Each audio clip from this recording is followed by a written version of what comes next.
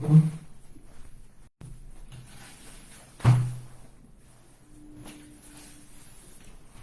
morning, Tony Dattino, and I'm closing the blinds. We're still wrapping up our vacation here at New Smyrna Beach, Florida, on the ocean. The sun has come in and a little bit bright, so I'm just closing the blinds so you can see me and hopefully can hear me as well. I wanted to just finish up on this.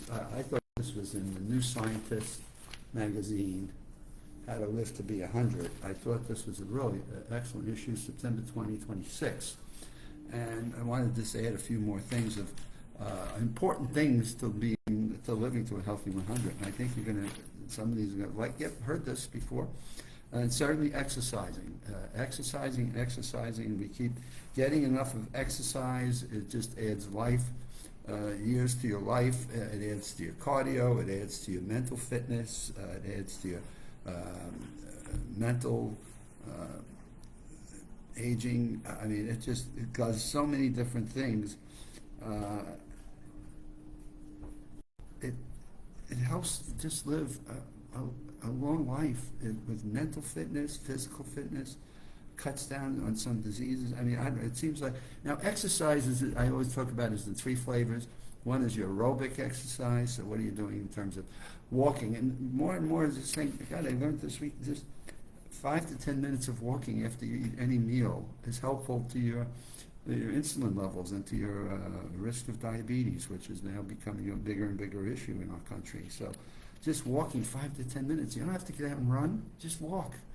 Here at New Smyrna Beach, you just see people walking along the beach all the time, morning, noon, night. I mean, it is just people are out walking. You see it on the streets. Now, of course, the weather's a little bit warmer here, and you're along the ocean, which then brings the sounds of the waves, the feeling of the sand on your feet. I did several walks on the beach this week, and there's a peace about it. There's a natural feeling about it, but it's also healthy in terms of your aerobic. Now, anaerobic, some light weightlifting, some bands, elastic bands. Again, you don't have to be, like you're in the gym like Jacqueline or somebody that's like, wow, look at the muscles on that person. Just being physically fit, some things for your legs, some things for your calf muscles, some things for your arms and your shoulders, maybe a few sit-ups.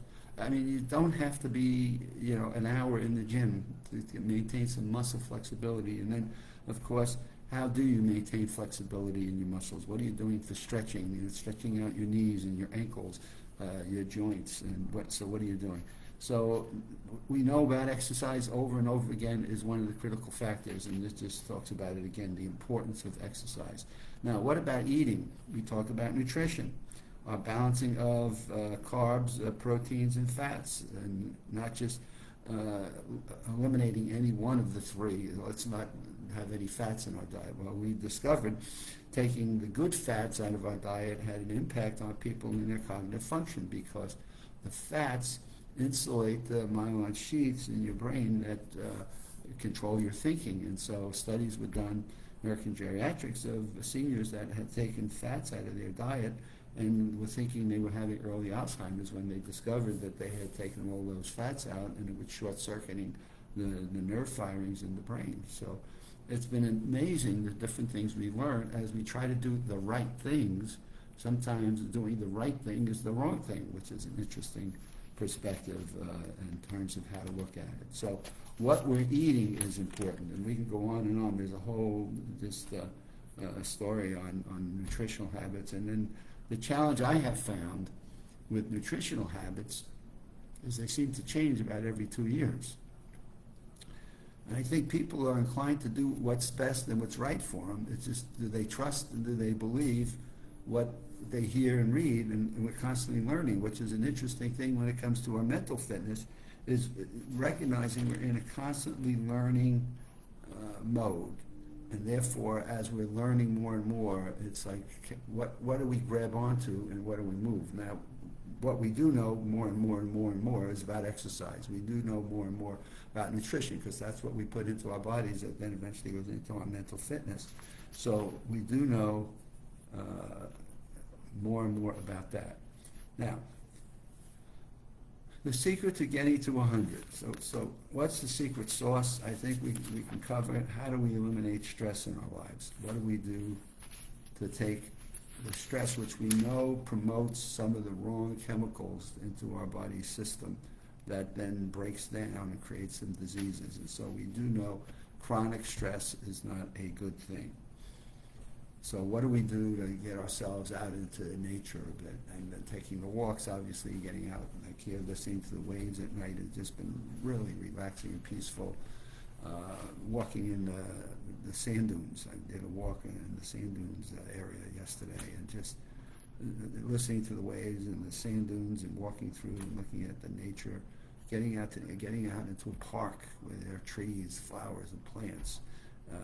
Looking even at pictures, and along the streets here we have some of the art museums, and just looking at the pictures that people have painted of scenes of nature and trees and waters and plants and flowers and stuff. It's amazing just even looking at the pictures and just letting yourself get absorbed into the sights and the scenes of what you see in a picture. And then, of course, as we think about all of those things, what are we doing in terms of managing our sleep? And this is a tough one, because I think we all would like to get sleep, and who likes walking around being tired all day? But we do know that our sleep patterns are important to us. Now, we get to football weekends, we're into the playoffs of baseball, and maybe we're staying up late for a game. I stayed up late last night for the Yankee game, and then after the game you can't go to sleep because you're excited. If you're a Yankee fan, of course. If you're a Boston fan, God knows what you were like last night. But in any case, watching TV at night has a way of keeping you awake. So it's playoff time. So during the season, I'm not staying up late to watch baseball games, but during the playoffs and World Series games, I certainly want to know how do they do and what have you, because you get yourself all amped up and the adrenaline starts to go and you get excited in terms of being a fan and being a part of all that. So these are all of the things that we know. And then, of course, what mental exercises are you doing? And we're just learning more and more about how do we improve our mental fitness. And is it ballroom dancing? We do know mental challenges, problem solving, fixing problems. And then, so we do know mental challenges. And then last but not least is if we get any more understanding of social interactions, and what are we doing in terms of our social interactions, and how are we at least engaging in life with people? Not that you have to be the social butterfly, but my goodness, what are the things that you can do that at least get you out into the community and observe what's going on? And so this was, again, a super article that really addressed, how do we get to 100? And what we want to do in getting to 100 is we want to be mentally fit. We want to be aware of what is about us. We certainly want to have our ability to have the minimum amount of, I call them aches and pains, which sometimes you seem to get as you get a bit older. But I think this particular article just supported all of the things that we've been talking about. If you want some details, you can go look at the Maximum Memory Mastery for your mental challenges that we have on our USA Memory Championship website, and we have the 6 key factors of long-term mental health. So we have a couple online courses that you may be able to take advantage of, and just take a peek at them and see if they help in any regard. It certainly fits that which the New Scientist article is talking about, and I think we've been ahead of that curve, but having the USA Memory Championship for 26 years certainly has been a help in knowing what is it that's best for people as you just stop and you observe and you see what's going on. And we've gotten to another Friday. We're going to be checking back out of here in another day and going back to Windermere, Florida, which is my home residence, but it's been a great week here at the beach. Though it's been a bit windy, certainly we've had enough of wind here, and we've had on and off periods of rain. So have a good weekend. Enjoy your baseball now. We got college football going on. We got NFL. So there's lots of sports activities to keep us busy, stressed, or maybe excited and happy.